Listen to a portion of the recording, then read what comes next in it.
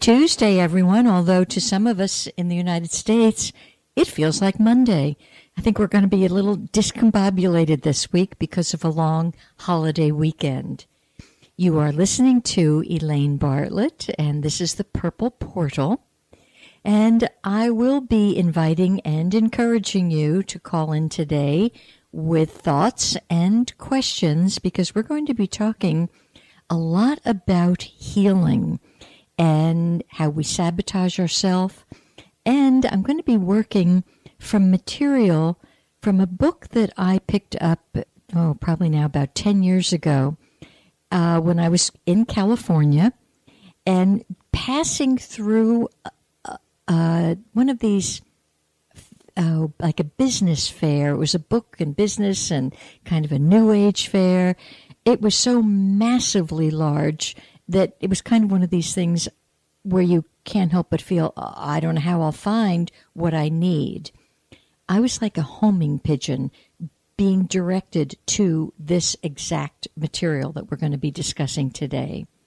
So here's a number, 321-806-3159. Once again, it's 321-806-3159.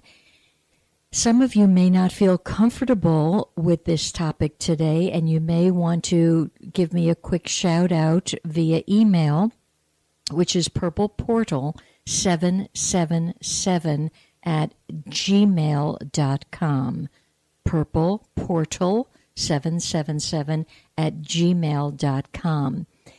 It's a delicate topic. It's a topic that I'm sure will push some buttons in some of you. It's a topic that creates sometimes a little bit of inner turmoil because my approach to healing and good health is, first and foremost, we have to be accountable for it. So that's where we're going to be floating today. But of course, I do want to say a couple of things about, once again, either what's happened in the last couple of days or on my journey up Merritt Island today, because they struck me as worth sharing and worth a kind of a cosmic chuckle. Down in the South, we have grocery stores that are called Publix. And if you've ever been to Florida, it's kind of like the go-to destination for anything and everything. And happily, some days, the checkout person or the guy or gal bagging will say, "Can I help you out with your groceries?" Well, usually I desist and say, "Oh no, thank you. I don't tell them this, but I'm not over the hill yet, and I can do just fine."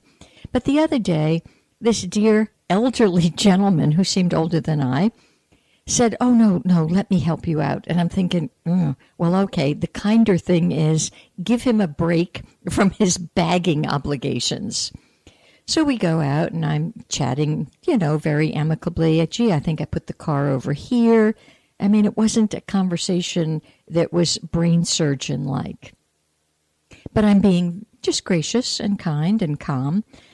And he's now loading the groceries in, and now he reaches out his hand and tells me his name. So I respond, "My name's Elaine." Now, immediately, some of you know, my initial background is palmistry. I can tell a heck of a lot, oftentimes, from a person's handshake.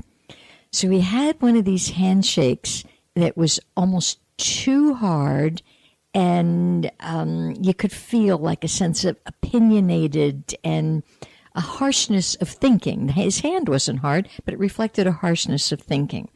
So I'm still holding on, and he says to me, "You look like a believer."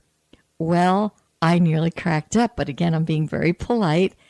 And I looked at him because I knew, like in South Florida, a lot of the believing is very, very opinionated and stilted. A lot of the believing has to be, it goes along this line. I believe, and therefore I'm saved, and if you don't believe the way I believe, you are not saved. And his handshake said that, and in so many words, his words said it. So I thought, how am I going to get around this thing? So I looked at him with a great big smile, and I said, "Sir, You have no idea. My beliefs are so expansive, I don't even know where or how to begin. So have a great day. Because it's this kind of personality in him, he's going to be ready to convert me. And I don't need a conversion. I convert every moment. Why am I going to go into some very restrictive belief system? So it gave me the chuckle of the day. I look like a believer. Well, the humorous part was I came home, and on the way home, driving home, I'm thinking, dang, what is it? Is it the hairdo? Do I have like a buttoned up collar? What the heck is it that makes someone say you look like a believer? Honest to goodness, I stood in front of the mirror and I thought, do I need to chop off my ponytail? What's the deal here? And finally, I just thought, the heck with it all. I am a believer. He should only know, though, how large and how embraceable and all-encompassing and almighty is my belief system. So that was the humor of that week. Now, driving up here today, on Merritt Island, there is a delightful little airport, and it is little. You know, I don't know that much about airplanes, but I would think a super jet cannot land at this small airport. It's like just the little personal airplanes take off and land. I love airplanes. I have always been so fascinated by the whole energy of it. Where are people going? How do they know how to take care of an airplane and be safe in it? It's always really, really been a big pull. So oftentimes, if any plane's coming or going, I'm watching this plane. So I'm driving down the one and only street from point A to point B on Merritt Island, and a small, I could be misnaming it. Again, I don't know my airplanes, but I would think it was like a biplane. It's a small plane. And this thing is like coming in on my head. So I look at the plane and I'm like, wow, on my head is on my head. This is fabulous. So now it's right on top of me. And I look up and there one wing says Jesus and the other wing says lives. Now, once again, I'm seeing the humor of this thing, and I'm like a happy girl because I'm one of the few that says, you bet your boots he lives. He never left.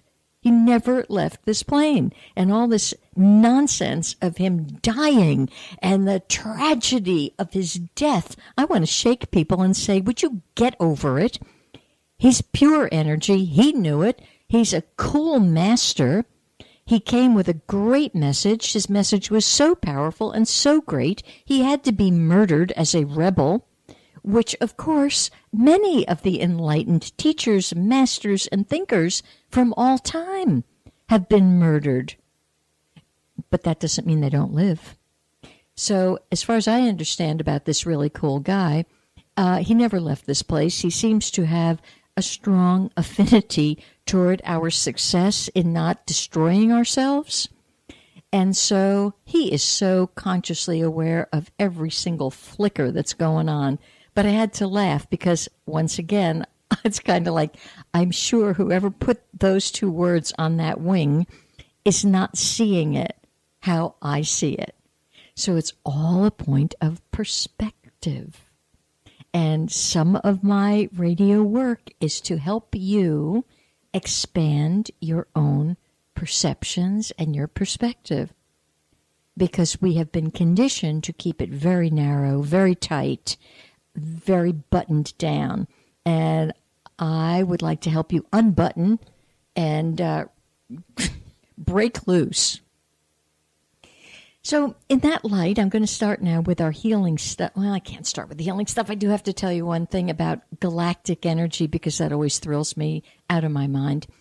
Today, we actually have stepped into the next moon. We've stepped into the next energetic moon energy, and this is the rabbit moon, or the crystal. It's actually called the crystal rabbit moon of cooperation.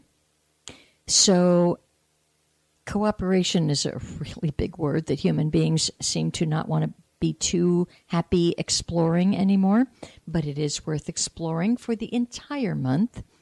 And crystal energy is very light and expansive. Oh, let me see if I can just give you a couple of words of wisdom about the crystal energy before I move into healing stuff.